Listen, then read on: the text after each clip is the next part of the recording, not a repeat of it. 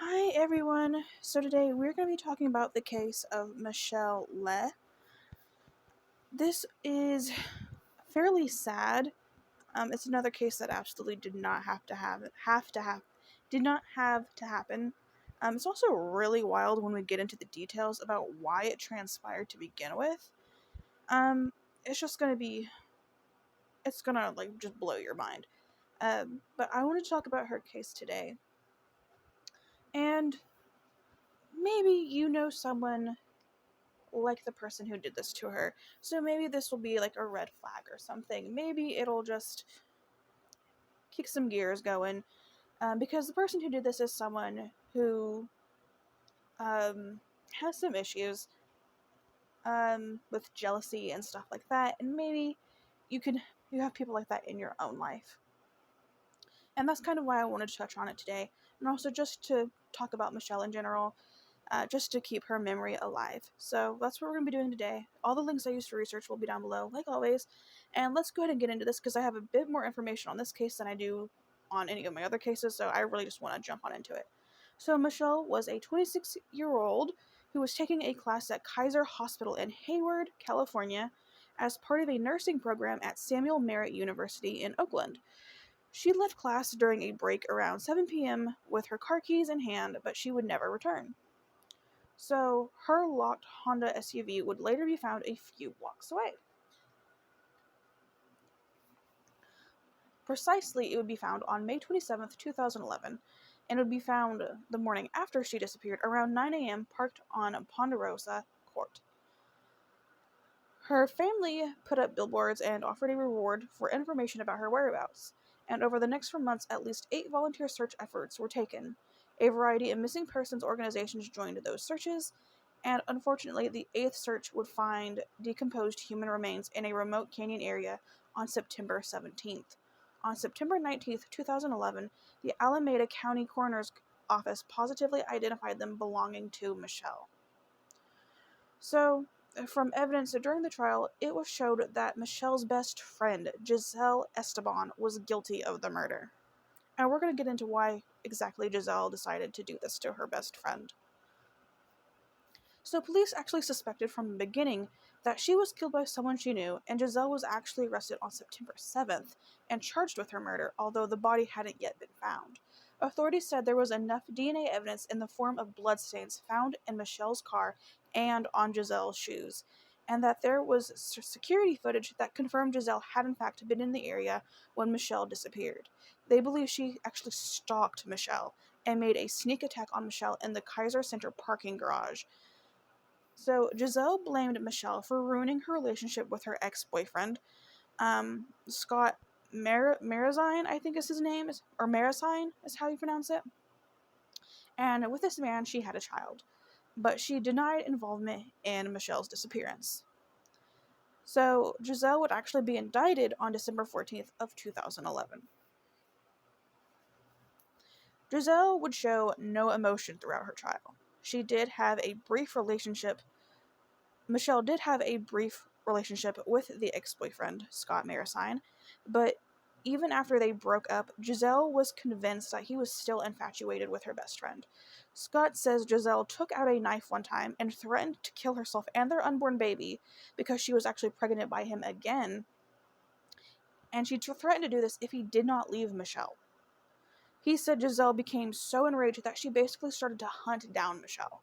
She was stalking her, hunting her down. She was so upset about her best friend and her ex-boyfriend that she just completely lost it. She just completely snapped.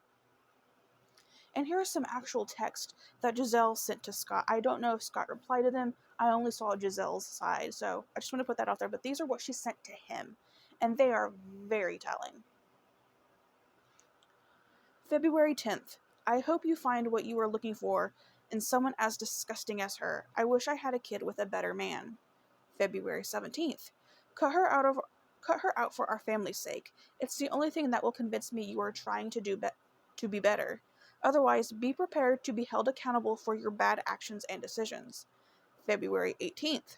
If you aren't sorry for anything you have done with that whore and you are not willing to make things right for our daughter's sake, then no, I'm not sorry for the consequences your actions have brought you both. You have dug your own graves. February 25th. FYI, you pushed me into his you pushed me into insanity with you putting whores before your own family. You should have loved our daughter and I more than you loved sex and attention more. Those two are exactly what you are going to get now. You reap what you sow. February 26th. And you can't protect anyone. Your whore will get what she deserves to. March 2nd. And Michelle dug her own grave by being a homewrecker and a whore. She won't be an issue for much longer. March 17th. FYI, she won't pass her midterms. March 29th. 2 days after Michelle disappears, she sends, "Where is Michelle?" ? Oh my god, you cannot tell me that those are not damning. She dug her own grave. You're going to face your own consequences. She's going to get what she deserves. She won't pass her midterms. Where's Michelle? That in itself almost feels like, yeah, I did it. Don't you know I did it? It's like she's telling him, she's taunting him with, I killed Michelle. That's exactly what it feels like. And reading those in the article gave me shivers. And just the fact that Michelle's family was breaking down crying in the courtroom, and Giselle showed no emotion. She did not care. And another thing that's disgusting about these messages, she keeps bringing up their daughter into it. It has nothing to do with you caring about your daughter in this situation. Your ex-boyfriend, you're not married. He's allowed to be with whoever he wants, even if that happens to be your best friend. Your daughter's not going to care as long as her father is around. You're the one that cares. It's you. You have a problem with them being together, so you are making a situation bigger than it needs to be. You are stalking and taunting this poor woman and man because you're unhappy with the decision that two grown adults have made. It has nothing to do with your child, so why are you bringing your daughter into this? You're just being nasty. You're trying to guilt trip them, and it didn't work. So she decided to take that step and harm her best friend. That is just like wild to me. It's so disturbing. So fortunately, Scott had custody of their daughter, and he got a restraining order against Giselle 3 days before Michelle went missing. And I am so happy he did that, because I kind of have a feeling that if he had not done that, I think he probably would have been next, because she was threatening them both in those text messages. You'll both get what you deserve.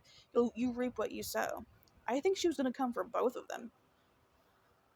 Giselle's attorney tried to say that she killed in the heat of passion and said that it was manslaughter, but she had planned Michelle's death for months in advance. There were audio tapes of Giselle laughing and talking about killing people, her text to Scott, and evidence of the length she went to hide the body. Which, yeah, to me, she totally had been planning this for at least a month in advance. She was sending those messages, if not longer. Probably since Michelle and Scott started going out, she probably had some wheels turning. Probably trying to plan something to end this if they didn't do it. And even after they broke up, she still was not convinced they were over. Like, she would not let it go. Everyone was letting it go except for her. And it's just crazy to me. Absolutely crazy to me. So I 100% agree that she had been planning this for months in advance. It was not manslaughter. And now I just have this last little bit right here and then we'll be done. Her trial was 3 weeks. It only took 3 weeks, and on October 29th, 2012, she was convicted of first-degree murder. On December 10th, she was sentenced to 25 years to life in prison. So she does have the possibility of eventually getting out, which I don't like that. I don't like that. She does not feel like a safe person, okay?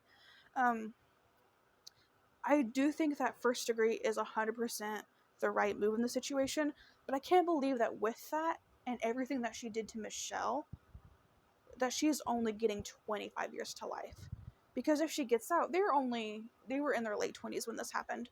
They would be in their 40s, early 50s, or she would be, because she's still alive when she finally gets out. She's still quite young.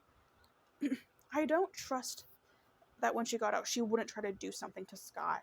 No. I don't know if she needs help, like mentally. I don't know if she just needs to be locked away forever, which I do actually kind of do believe she does need to be locked away forever. I don't think she should be out in public. I do think that she is in fact a danger.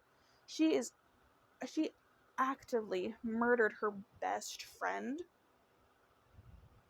over a grown adult decision that they wanted to make and tried to bring her daughter into it. That is incredibly rotten to me. And I just don't think that Scott would be safe if she got out. So I really just hope that she stays away. I haven't seen anything about her trying to appeal or anything like that. Maybe I missed it. But as far as I know, she is still in there. She has not gotten out yet.